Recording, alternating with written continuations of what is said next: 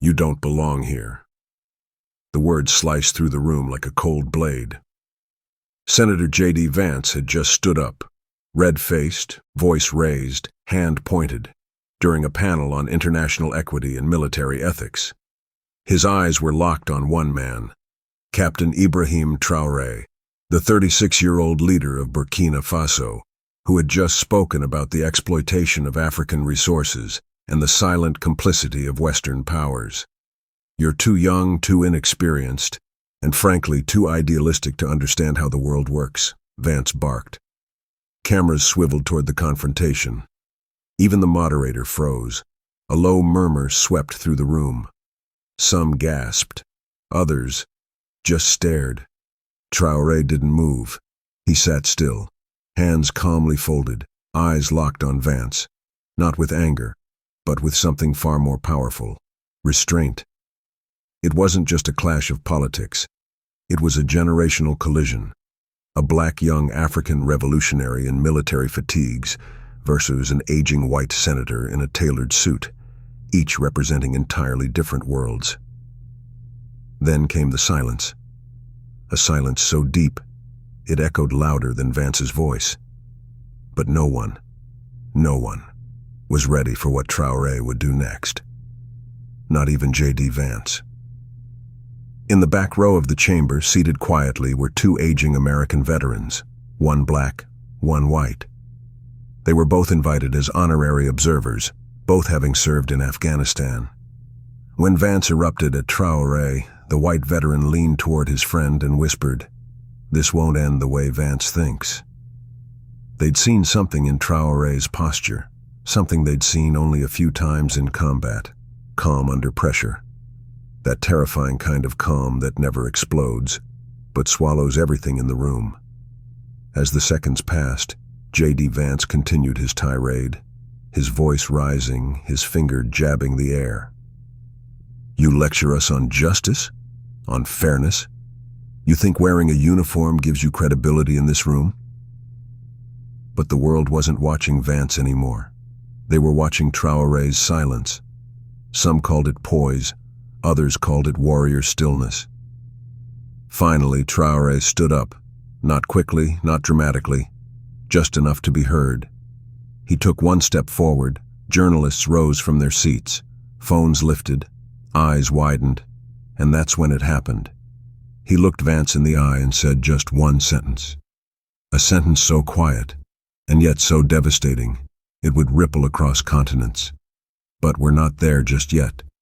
Because first, you need to understand why it mattered. 2 nights earlier, in his modest hotel room far from Capitol Hill, Ibrahim Traoré had read something over and over again. It was a letter from a 9-year-old girl in Burkina Faso. Her name was Aissata. She had written in shaky handwriting, translated carefully by a teacher. "Captain, please don't forget us when you go to America. Tell them we're not poor. We're just stolen from." That letter had traveled with him across the ocean, folded, tucked in his jacket pocket. It was more than ink and paper. It was his mission. Traoré knew this trip wouldn't be safe. Not politically, not emotionally. He knew the world didn't like it when a young African spoke too confidently. But he came anyway, not for himself, but for children like Aissata, for minors who died unseen, for mothers who gave birth by candlelight, for truth. Now, standing face to face with Senator J.D. Vance, he reached into that jacket, slowly, and pulled out the letter. He didn't raise it high. He didn't wave it like a banner. He just held it at his side and breathed. And then finally, he began to speak. Not yet the sentence. That would come. But what came next changed everything. Traoré's fingers gently pressed the creased paper against his palm. The room was still. The cameras zoomed in. The veterans in the back leaned forward. Even J.D. Vance, whose voice had filled the room moments ago, now stood stiff, his eyes flickering between Traoré and the folded letter. "I didn't come here to defend myself," Traoré finally said. His voice was soft, but the silence amplified every word. "I came to deliver a message, not mine, but hers." He raised the letter just slightly. "This was written by a child who's never seen electricity after sunset, whose school has no walls, who still believes leaders listen." He paused. The air felt heavy. "Senator," he continued, locking eyes with Vance, "you shouted to silence me, but your voice can't drown her truth." Gasps echoed from the back rows. A few delegates looked down. Some covered their mouths. Vance tried to speak again, but no words came out. Because in that moment, the focus had shifted. This wasn't about Traoré anymore. It was about the voices the world had ignored for too long. And that's when the tears started. First from a young African journalist in the third row, and then quietly, from one of the veterans. As the room remained still, Senator J.D. Vance's confidence began to crack. His hands trembled slightly, subtle, but visible to those closest. He clenched his jaw, trying to hold his ground, but even he knew he had lost control of the room. Traoré didn't yell. He didn't raise a fist. He didn't insult. He simply walked forward and gently placed the folded letter on the moderator's desk. Then he turned to the room. "In Burkina Faso," he said, "we don't have armies of lobbyists. We don't control global media, but we carry something heavier than politics." He looked around. "We carry our dead." The silence broke, only slightly, with a faint, choked sob from someone in the press section. "My people don't need pity," Traoré continued. "They need truth. They need leaders who don't shout to show power, but who listen to carry responsibility." J.D. Vance's face flushed red. He tried to interrupt, but the moderator raised her hand, signaling Traoré was not to be stopped. Not this time. Because this wasn't a debate anymore. It was a reckoning, and what came next would shatter the room completely. The moderator leaned back, eyes wide, letting Traoré finish. The room, full of generals, diplomats, journalists, and billionaires, felt like a courtroom. Traoré stepped to the center of the platform. The lights cast a quiet shadow behind him. "You want to know why I don't shout?" he said, his voice unwavering. Everyone held their breath. "Because where I come from, when we shout, no one listens, but when we whisper the truth, they send drones." Muffled gasps, a camera flash. "But I still speak," he continued, "because a mother in Dori buried all 3 of her sons after a foreign company polluted her village's only water. No trial, no justice, only silence." He turned slightly toward Vance. "And when I speak calmly, it's not weakness. It's discipline forged in pain." Vance looked away. Traoré's voice broke, just slightly. "I speak for people who will never sit in rooms like this, who don't get second chances, who die waiting for someone to simply say, 'We see you.'" The room wasn't just quiet now. It was mourning, because for the first time, they felt the weight of invisible lives.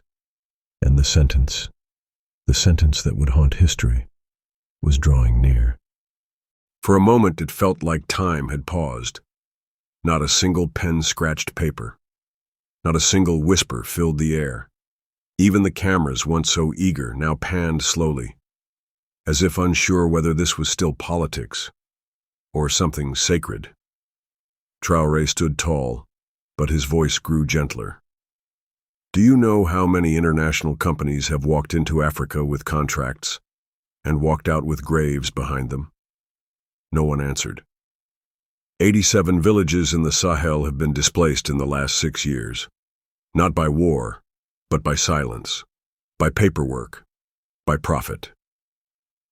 The statistics weren't new, but the way he said it, with the pain of a brother burying his own, was what made them unbearable. He looked across the panel. "Where were you when women gave birth on concrete because foreign aid was stolen? Where were your headlines when African doctors reused gloves to save children from malaria? He paused. You were quiet. The powerful shifted in their chairs. And yet today, Traoré continued, turning toward Vance again. You raise your voice to shame me? For speaking the truth too clearly? It wasn't a speech anymore. It was a funeral for forgotten souls. And the room mourned in silence. I'm not here to win arguments, Traoré said. He placed his hand over his chest, voice slightly cracking now, just enough to expose the pain behind the power. I once held a soldier in my arms, my friend. His name was Mohamedou. The room leaned closer. We were ambushed near the northern border. He was hit twice, once in the chest, once in the leg. We had no helicopter, no radio signal, no backup. His eyes watered, but he didn't look away. He bled out while whispering to his mother through my phone. The tears had started now, from the press, from some diplomats. Even one U.S. military official near the back was visibly emotional. I buried him myself, Traoré continued. In the sand, with my own hands. I didn't shout. I didn't curse the sky. I made a promise. A pause. That I would speak for him where he couldn't. He turned toward J.D. Vance again, calm, unflinching. So when you raise your voice at me, Senator, you're not shouting at a boy who doesn't know war. He took a breath. You're shouting at a man who's seen it and chose peace anyway. And then, the first veteran in the back stood up and clapped. J.D. Vance tried to speak, but his voice faltered. He looked around for support. There was none. The faces were too still, too stunned. Traoré stepped closer now, slow, steady, grounded like a mountain. Then, in a voice barely above a whisper, he said the sentence that stopped time. You shout because you're scared your power is slipping. I speak softly because mine was never stolen to begin with. It was like the air had been sucked from the room. The sentence echoed, not loudly but deeply, like it had always been there, hiding in people's bones. The veterans wept. The young African delegates wept. Some of the press even dropped their cameras just to wipe their eyes. The moderator simply whispered, God. J.D. Vance sat down, not because he was asked, but because he had nothing left to say. The clip went viral within hours. News anchors trembled reading his words aloud. Professors used it in lectures. Young Africans shared it like scripture. But inside that room, something even greater happened. The powerful were no longer untouchable, because someone dared to tell them the truth without raising his voice. The clip of Traoré's sentence hit the news cycle within 43 minutes. But it wasn't just what he said. It was what the cameras captured next. Senator J.D. Vance sat motionless, jaw clenched, eyes glassy. No one reached to defend him, not even his allies. What the world saw instead were tears, not from politicians, not from the rich, but from those often ignored, a translator in the back wiping his eyes, a black janitor on the balcony quietly crying as he clutched his broom, and a young intern holding her chest as if her heart couldn't take what she just heard. The news anchor that night, choking back emotion, described it as a moment that felt more like church than politics. Some called it a takedown, but most called it deliverance. Traoré didn't smirk. He didn't celebrate. He just sat back down, not in triumph, but in grief. And as the moderator tried to move to the next agenda item, her voice cracked, and she couldn't read her notes. Because this wasn't just about diplomacy anymore. It was about the souls that had waited decades for someone, anyone, to speak like this. By dawn the next morning, Traoré truth had trended in 49 countries, but this wasn't your usual internet trend. Teachers played the clip in classrooms, taxi drivers in Nairobi blasted the audio, grandmothers in Mali prayed over it, veterans in Detroit replayed it with trembling hands.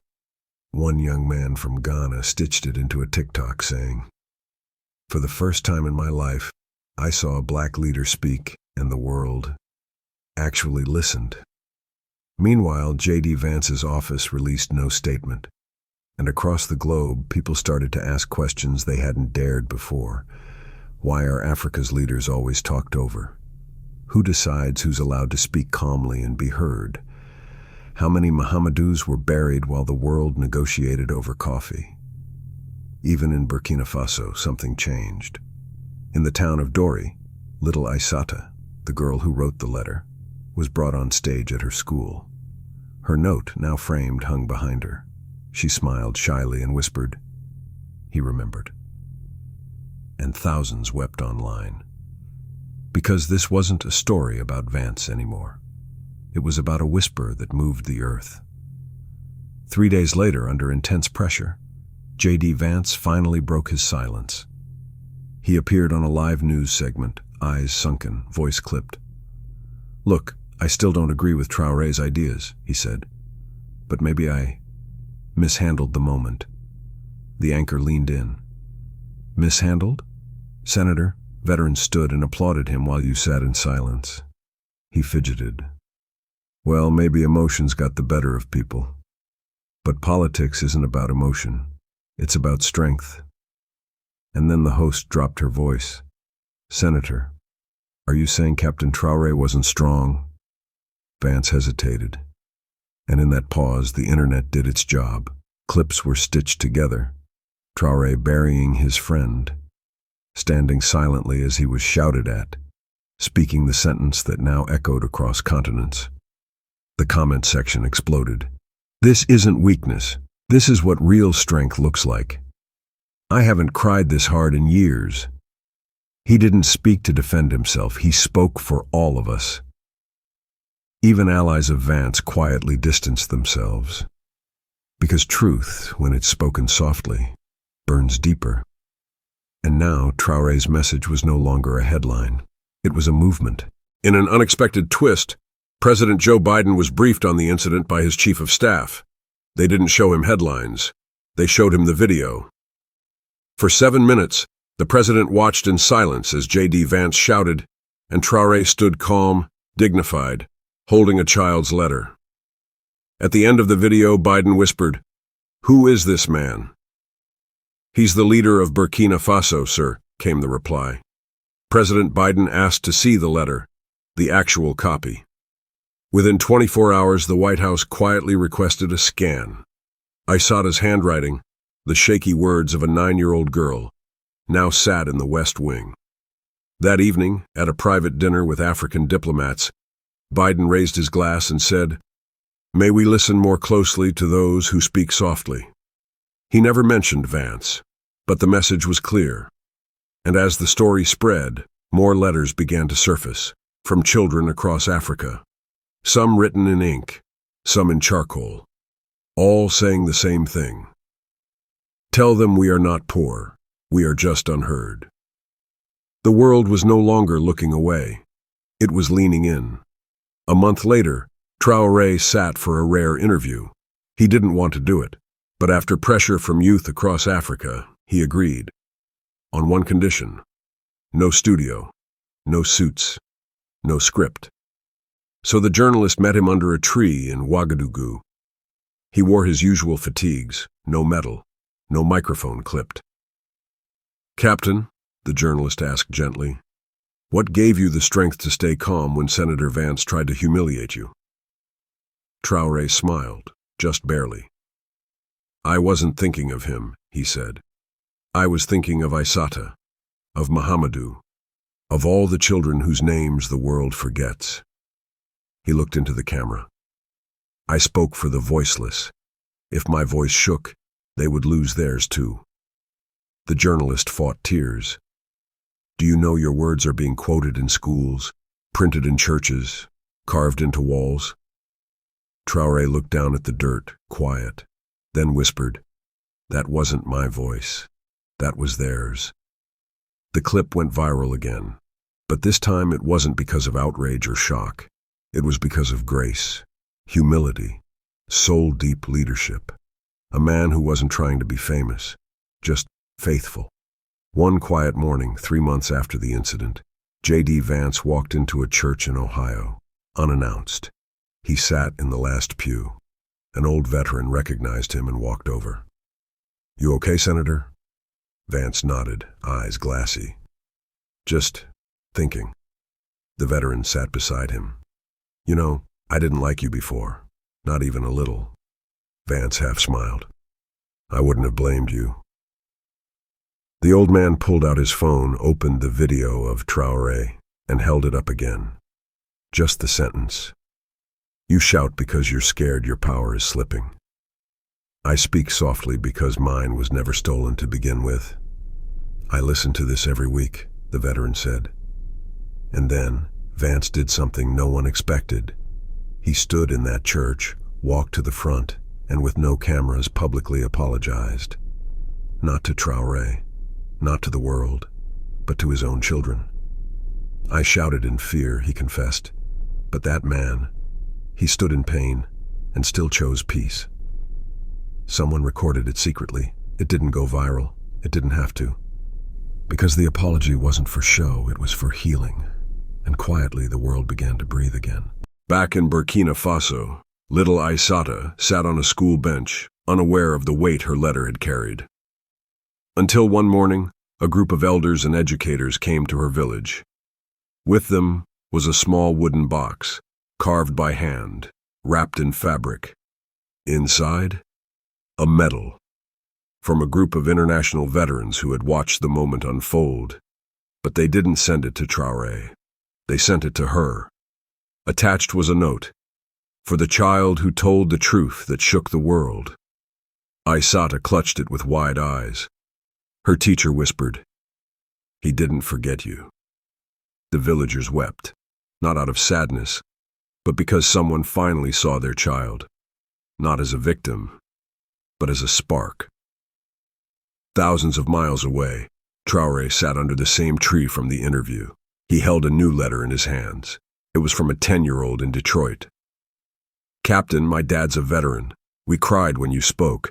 You made him believe in something again. I want to be like you." Traoré folded the letter carefully. He looked up at the African sky and whispered. Then the pain was not wasted.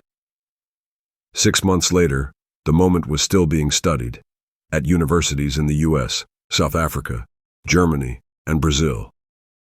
The video had crossed 1 billion views, but no new speech from Traoré came. No books, no tours, no interviews. People asked, why did he disappear? The truth, he didn't disappear. He went back to work, back to the dusty villages, back to the soldiers, back to the children. While others chased microphones, Traoré chased clean water and functioning schools. And slowly, quietly, Burkina Faso began to change. A teacher received her first paycheck on time. A clinic got solar panels. A girl named Aissata got a desk of her own.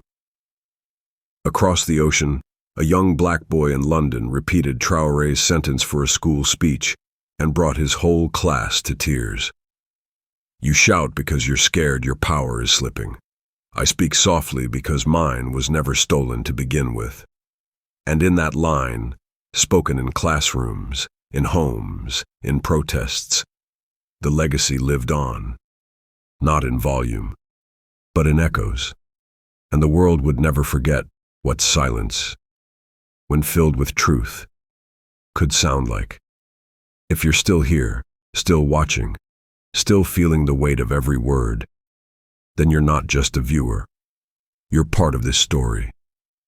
You've felt the sting of injustice. You've seen calm men silenced and loud men praised. But now you've also seen what happens when a man stands in pain and chooses peace anyway. You've walked with Traoré. You've cried with Aissata. You've watched the mighty fall silent and the world rise to listen. So if your heart is still beating heavy, if your eyes are still wet, if a part of you now believes in a kind of leadership this world doesn't see often enough, then do this. Click like to honor every buried voice. Leave a comment telling us what line hit you the hardest. Subscribe, because we're not done telling the truth. Not now, not ever. Share this video with someone who needs to remember that strength isn't how loud you shout, it's how deeply you care, even when the world isn't listening. Thank you for being here. Thank you for not looking away. We'll see you in the next story.